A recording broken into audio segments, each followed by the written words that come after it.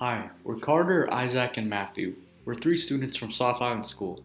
The main theme for our project is poverty, and more specifically, the quality of life of people who are in poverty. Not only do we aim to acquire a more insightful, direct perspective of poverty and quality of life, we also hope to take action in helping others who are in need. We considered a few organizations of which we can volunteer for. Through research and interaction, we finally narrowed down our choices to Crossroads Foundation. Crossroads is a non-profit organization based in Hong Kong. Crossroads takes donated goods and distributes them to people in need locally and internationally. We went to Crossroads on the 16th and 27th of October for volunteer work. During the 16th of October, we helped with heavy lifting in the incoming section. The incoming section is a department within Crossroads that receives and distributes goods to other departments for repairs. We helped carry donated sofas and furniture from the incoming section to the local boutique, another department within Crossroads. We also sorted out donated items that Crossroads received for shipping. We spent 5 hours volunteering on the first day. On the 27th of October, we helped out in the kitchen. We arrived right when the staff lunch break was over, so the restaurant was dirty and used. We had to wipe the surface of the table, sweep and mop the floors. We did this for about an hour and then moved on to cleaning the kitchen, which then we were reassigned to the incoming section again, but this time more focused on the inventory of supplies. During the time at Crossroads, we also took the liberty of interviewing staff at Crossroads, one who has even experienced poverty firsthand.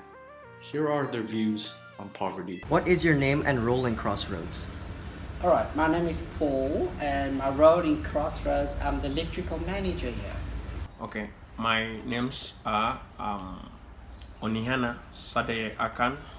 I am the manager of incoming in Crossroads. Do you feel that there's a link between culture and poverty?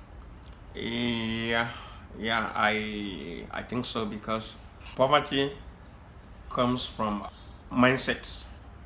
Poverty comes from mindsets. Then also culture. Culture.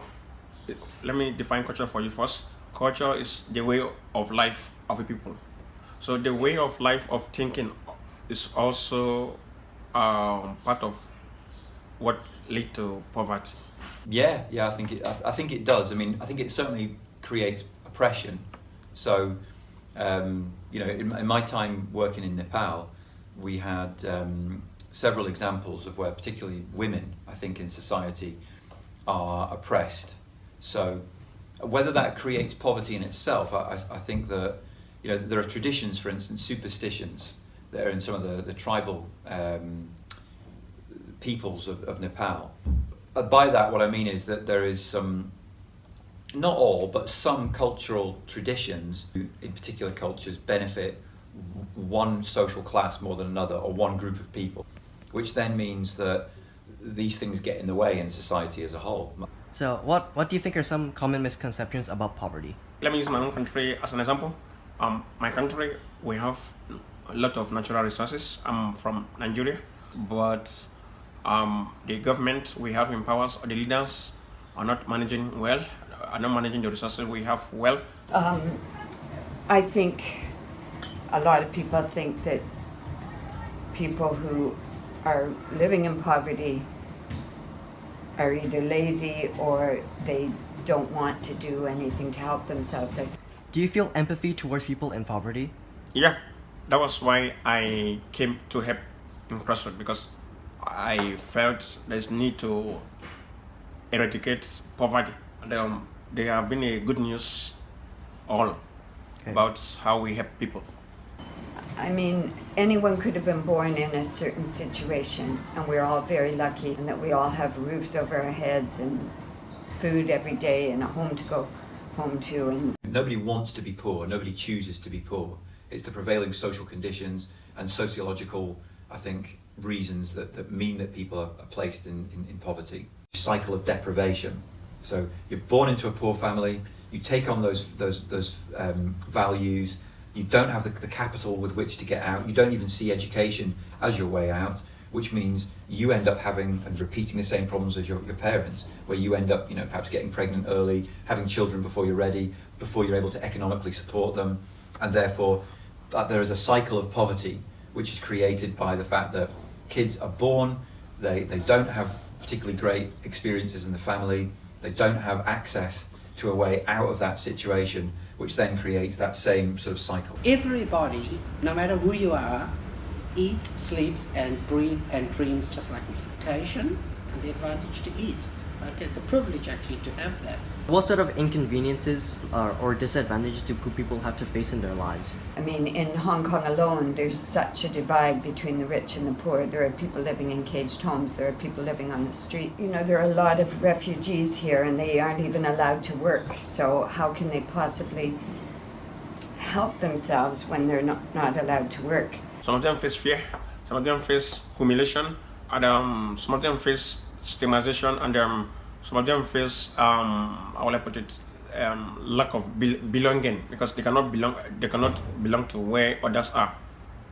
If people truly knew about people in poverty, do you think that they will be able to emphasize and take action? Yeah, that's exactly what Crossroads is doing, in fact. Crossroads does the refugee run, introducing poverty and how people struggle all over the world. We just did it in Switzerland. The more we educate the rest of the world, the more people will help. Crossroads is a living testimony of that. Otherwise, nobody would ever give to charities. You have to understand, or try to understand what people are experiencing, and try to imagine what their lives must be. So, what are the basic needs to survive in Hong Kong and third world countries? The basic needs to survive in Hong Kong is food, clothing, and a place to sleep. Overall, we feel that our time in Crossroads was very well spent as we learned more about the topic area of poverty, specifically the conditions people have to live in if they are living in impoverished conditions, as we have interviewed people who lived in poverty or helped people in poverty. We feel as a group that we have developed a greater understanding of the importance of multiple cultural perspectives, and specifically how each culture has its different ideas.